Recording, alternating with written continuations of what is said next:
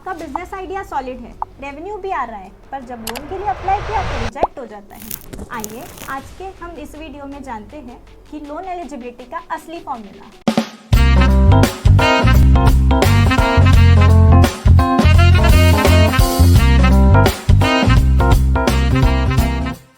नमस्ते, I am quintal Khandelwal from नमस्ते फिनटेक्स। I am Bhavika गलानी। आइए जानते हैं लोन के लिए अप्लाई कौन कर सकता है। एलिजिबिलिटी एक बहुत वाइडर कॉन्सेप्ट है।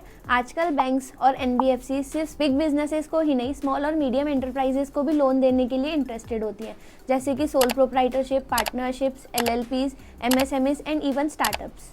आप मैन्युफैक्चरिंग यूनिट हो या सर्विस प्रोवाइडर, अगर आपके फाइनेंशियल स्ट्रॉन्ग है तो आप लोन के लिए अप्लाई कर सकते हो। Talking about the numbers, Bhavika, what is the eligibility and benchmarks? Eligibility and benchmarks हर एक एनबीएफसीज और बैंक्स की डिफरेंट होती है।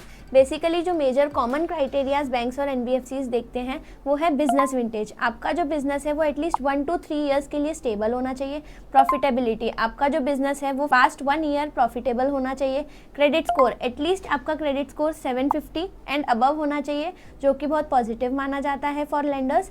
एंड क्लीन रिकॉर्ड, कोई भी आपके एग्जिस्टिंग लोन्स हैं उसमें डिफॉल्ट्स नहीं होने चाहिए और आपका कोई भी अकाउंट एनपीए नहीं होना चाहिए। स्टार्टअप हो और विंटेज प्रॉफिट नहीं अर्न कर पा रहे हो तो फिर गारंटर होना बहुत जरूरी है। Income profile is the real game changer. Banks generally check करते हैं कि आप ईएमआईज पे करने के लिए केपेबल हो या नहीं।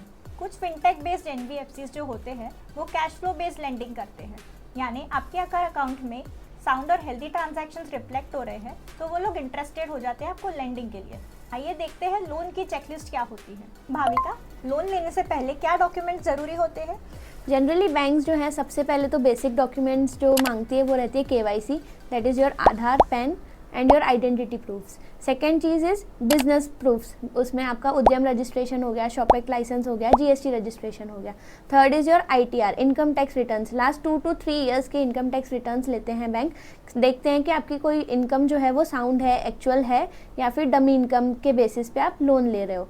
Fourth is your GST returns, आपका जो सेल है वो प्रॉपरली रिपोर्ट आप कर रहे हो या नहीं कर रहे हो। And last and most important is property documents और collateral security documents if any. बिल्कुल, मैं इसमें एक और चीज़ ऐड करना चाहूँगी Bhavika.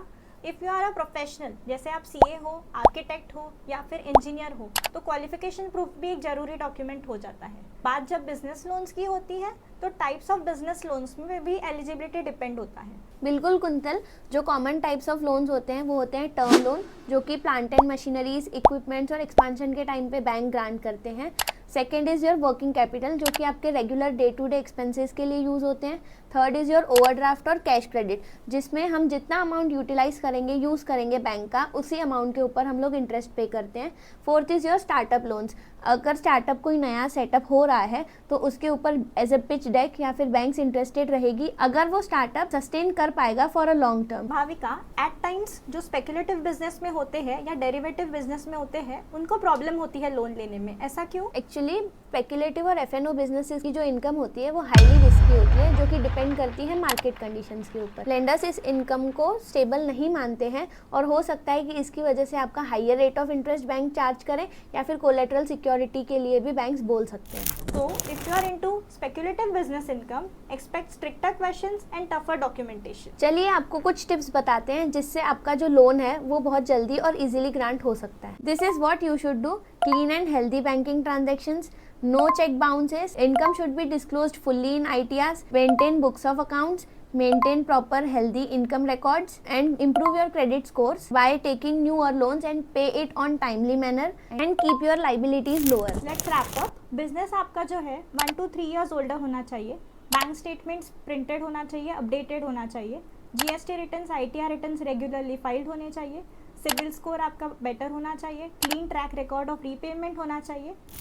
Correctly wrapped up quintal. अगर आपका कोई भी लोन लेंडर ने रिजेक्ट कर दिया है तो आप ऑल्टरनेट ऑप्शंस की तरफ जाइए, हो सकता है आपका जो करंट लेंडर है उसका रिस्क एपिटाइट कम हो। कंफ्यूज हो कि आपका प्रोफाइल बिजनेस लोन के लिए एलिजिबल है या नहीं, विजिट अस एट namastefintechs.com। हम आपको असिस्ट करेंगे फाइनेंशियल्स बनाने में, राइट लेंडर चूज करने में और लोन प्रोसेस इजी बनाने में। Grow your business smartly with right knowledge and right loan. नमस्ते।